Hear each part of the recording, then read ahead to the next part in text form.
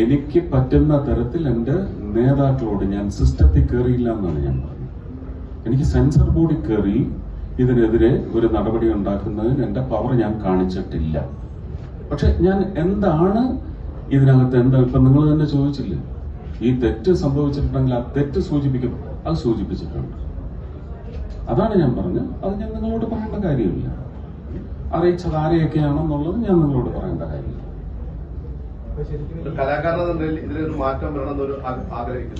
ഇതിനൊന്നല്ല, പല കാര്യങ്ങൾക്കും വരണം. അസത്യ പ്രചരണത്തിനും വേണ്ട.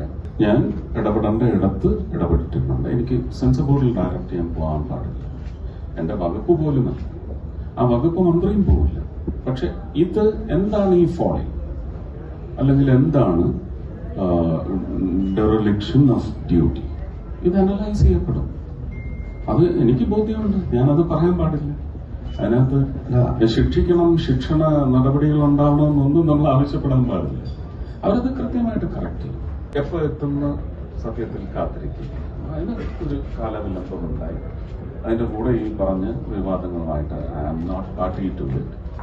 ഞാനൊരു സത്യപ്രതിജ്ഞ ചെയ്ത കൗൺസിൽ അംഗമാണ്. അതിന്റെ മര്യാദകളെല്ലാം ഞാൻ പാലിച്ചിട്ടുണ്ട്. പക്ഷെ എൻ്റെ പ്രൊഡ്യൂസറെയും അതിന്റെ ക്രിയേറ്റീവ് സെഗ്മെന്റിനെയും ഒരുപക്ഷെ നിങ്ങളെയൊന്നും അറിയിക്കാൻ പാടില്ലാത്ത ചില കാര്യങ്ങൾ അതിന്റെ ഉന്നത തലത്തിൽ പങ്കെടുത്ത് ചർച്ച ചെയ്ത് അതിന് ചില തീർപ്പുകളിലേക്ക് നയിക്കുന്നതിന് എൻ്റെ പ്രധാനപ്പെട്ട നേതാക്കളുടെ എല്ലാം പിന്തുണയുണ്ടായിട്ടുമുണ്ട്. ഇത് ചെറിയ എന്തൊക്കെയോ പ്രശ്നങ്ങൾ അവിടെയും ഇവിടെയും ഉണ്ട്. അതെനിക്കും ഇപ്പോഴും ട്രാക്ക് ചെയ്യാൻ പറ്റിയിട്ടില്ല. മിനിസ്ട്രി അത് ട്രാക്ക് ചെയ്തുകൊണ്ടിരിക്കുകയാണ്. മിനിസ്ട്രി ആരുടെയും പക്ഷത്തില്ല. ഇതൊരു ഓട്ടോണോമസ് ബോഡിയാണ്. ഫിലിം സർട്ടിഫിക്കേഷൻ ബോർഡ് എന്ന് പറയുന്നത് CBFC. അവരവരുടെ ജോലി കൃത്യമായിട്ട് ചെയ്യുന്നു. സ്ക്രീനിങ് നടന്നിരിക്കുന്നത് മുഴുവൻ തിരുവനന്തപുരത്താണ്.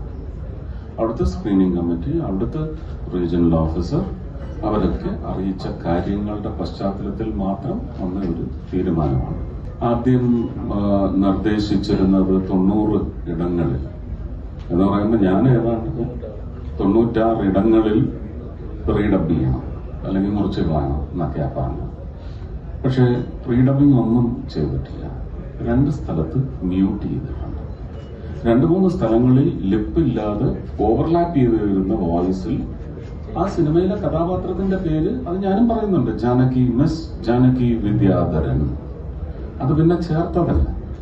അതിൽ TV ന്യൂസ് നോക്കിയാൽ കാണാം, വിദ്യാധരൻ പിള്ളയാണ് ആ സ്റ്റാമ്പീഡിൽ മരിച്ചത് എന്ന് പറയുന്നുണ്ട്. അത് പിന്നെ ചേർത്തതല്ല. അത് 2018 അവർ എഴുതി വെച്ച സ്ക്രിപ്റ്റിനകത്തും വിദ്യാധരൻ പിള്ള തന്നെയാണ് ജാനകിയുടെ അച്ഛൻ. അതുകൂടെ ഒന്ന് വ്യക്തമാക്കണം എന്ന് പറയുന്ന ഒരു കോംപ്രമൈസ് ലൈനാണ്.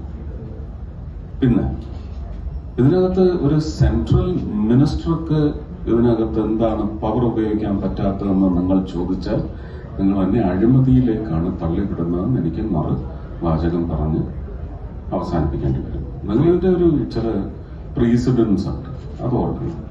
വിവേക് അഗ്നിഹോത്രി മലയാളത്തിലെ തന്നെ ചെറിയ പടമെന്നൊന്നും ഞാൻ പറയുന്നില്ല. അതിന്റെ ക്രിയേറ്റർക്ക് എല്ലാ അച്ഛനമ്മമാർക്കും അവരുടെ കുഞ്ഞുങ്ങളെന്ന് പറയുന്നതെല്ലാം വലിയ മക്കൾ തന്നെ, നല്ല മക്കൾ തന്നെ എന്ന് പറഞ്ഞ പോലെ ആ ക്രിയേറ്റർക്ക് അതൊരു വലിയ സ്വപ്നമാണ് ആ സിനിമ എന്ന് പറയുന്നത്. ഇതിനൊക്കെ ഒരുപക്ഷെ ഈ ഒരു എന്താണ് സംഭവിച്ചു കൂടാത്തത്, അല്ലെങ്കിൽ അതിന് പ്രത്യേക കാരണങ്ങൾ കൊണ്ട് ചില റെസ്ട്രിക്ഷൻസ് വന്നു ഇത് മാറ്റി ചെയ്യേണ്ടി വന്നിട്ടുണ്ടെന്ന് ആരും ഉണ്ടായില്ല അവരെ ഒന്നും പിന്തുണയ്ക്കാൻ. അപ്പൊ അവർക്ക് കിട്ടാത്ത ഒരു പരിഗണന മന്ത്രിക്ക് കൊമ്പുണ്ടാവണമെന്ന് നിങ്ങൾ പറയരുത്. അത് നിങ്ങൾ ഒരുപക്ഷെ സത്യത്തിനും നീതിക്കും വേണ്ടി വർത്തിക്കുന്നു എന്ന് പറയുന്ന നിങ്ങളുടെ പ്രവർത്തന രീതിക്ക്, ഉത്തരവാദിത്വത്തിന് ഒരു ജക്സ്റ്റപൊസിഷനാണ്.